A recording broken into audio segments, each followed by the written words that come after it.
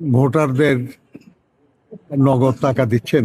ব্যালটে seal মারার যে seal আর কি, সেগুলেন তৈরি হচ্ছে, সেগুলেন সহ লোকজন ধরাও পড়ছে যে ভোটারদের নগদ টাকা দিচ্ছেন। এই ধরনের ব্যাপারগুলি এক ধরনের চ্যালেঞ্জিং ব্যাপার। নির্বাচন কমিশন বিষয়টাকে তাদের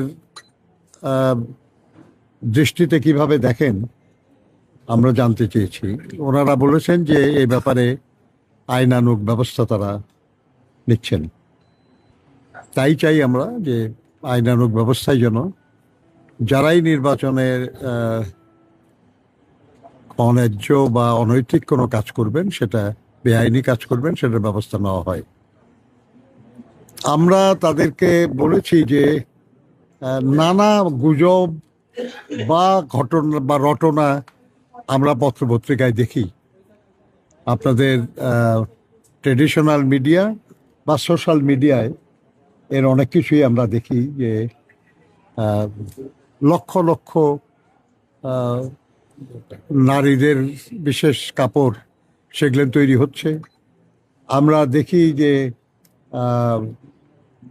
ভোটের মানে ব্যালট পেপার নাকি ছাপানো হবে। আবার এটাও দেখি আমরা যে ব্যালটে সিল মারার যে সিল আর কি, সেগুলেন তৈরি হচ্ছে, সেগুলেন সহ লোকজন ধরাও পড়ছে। আমরা নির্বাচন কমিশনকে বলেছি যে এইসব বিষয়গুলি দেখার শুধু নির্বাচনের দিন বিষয় না, দেখার বিষয় না। এসব কাজ নির্বাচনের আগে হয়। অতএব এখন আইন শৃঙ্খলা রক্ষাকারী বাহিনী, ইন্টেলিজেন্স এজেন্সিগুলি সবই নির্বাচন কমিশনের নিয়ন্ত্রণে। অতএব তারা এগুলি তাদের নজরে আসছে না কেন? তাদের এই বিষয়গুলিতে আরো কঠোর দৃষ্টি দেওয়া প্রয়োজন, যাতে করে এই ধরনের কোনো অনাচার কেউ করতে না পারে। আমরা তাদেরকে বলেছি যে কিছু কিছু মানুষ নিজেদেরকে অত্যন্ত ক্ষমতাবান মনে করেন এবং তারা যে কাউকে যে কোনো ভাষায় কথা বলেন। এটা শুধু নির্বাচনের আচরণ বিধি লঙ্ঘন না, আমাদের দেশের যে সাধারণ সংস্কৃতি সেটার ব্যত্যয়। নির্বাচন কমিশনকে অভিযোগ জানানোর পরেও এই ধরনের ব্যাপারে তেমন কোনো ব্যবস্থা নেওয়া হয় নাই।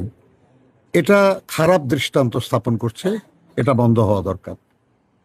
আমরা আরো বেশ কিছু বিষয় আলোচনা হয়েছে আমাদের মধ্যে, এগুলো কোনো ব্যাপার না। আমরা মূলত যেটা বলেছি তাদেরকে সেটা হলো যে নির্বাচনী আইন এবং আচরণ বিধি অনুযায়ী যাতে সবাই যার যার ভূমিকা পালন করে, এটা যেন কঠোরভাবে মনিটরিং করা হয় এবং বাস্তবায়ন করা হয়।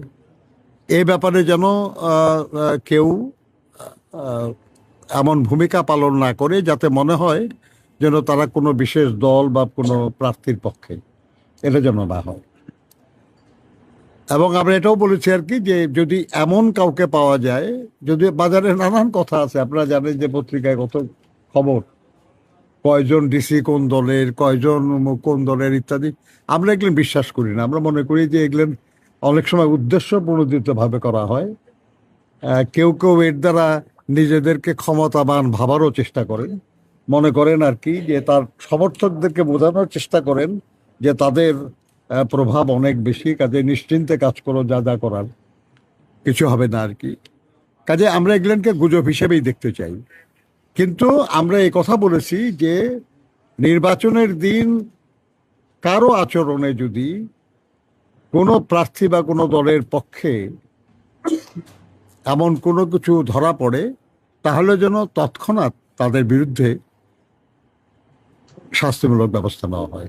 পরিবেশ আমরা মনে করি যে এখনো এমন না আর কি যাতে মনে করা যায় যে নির্বাচন বাধাগ্রস্ত হবে বা বিঘ্নিত হবে, মনে হয় না। অবশ্য এখনো আরো একদিন সময় আছে, কি হবে আমরা জানি না, কিন্তু আমরা আশা করি যে পরিস্থিতি অবনতি হবে না। এই কারণে যে যারা এখন নির্বাচনে অংশগ্রহণ করছে তারা সবাই গণতন্ত্র পুনঃপ্রতিষ্ঠার লড়াইয়ে আমরা কোনো না কোনোভাবে যুক্ত ছিলাম। যারা এর বিরুদ্ধে ছিল তারা তো নির্বাচনেই নাই। অতএব আমরা আমাদের আচরণে এমন কেন থাকবে যাতে নির্বাচন ক্ষতিগ্রস্ত হতে পারে আর কি। আর এই নির্বাচনী প্রচারণা ইত্যাদি এতদিন চলার মধ্যে দিয়ে আমাদের যেটা অনুভূতি হয়েছে, আল্লাহর মেহেরবানিতে নির্বাচন অবাধ, সুষ্ঠু, নিরপেক্ষ হবে এবং সেই নির্বাচনে ইনশাল্লাহ আমরা, আমাদের দল, আমাদের প্রার্থীরা বিপুল সংখ্যায় বিপুল ভোটে বিজয়ী হবেন ইনশাল্লাহ।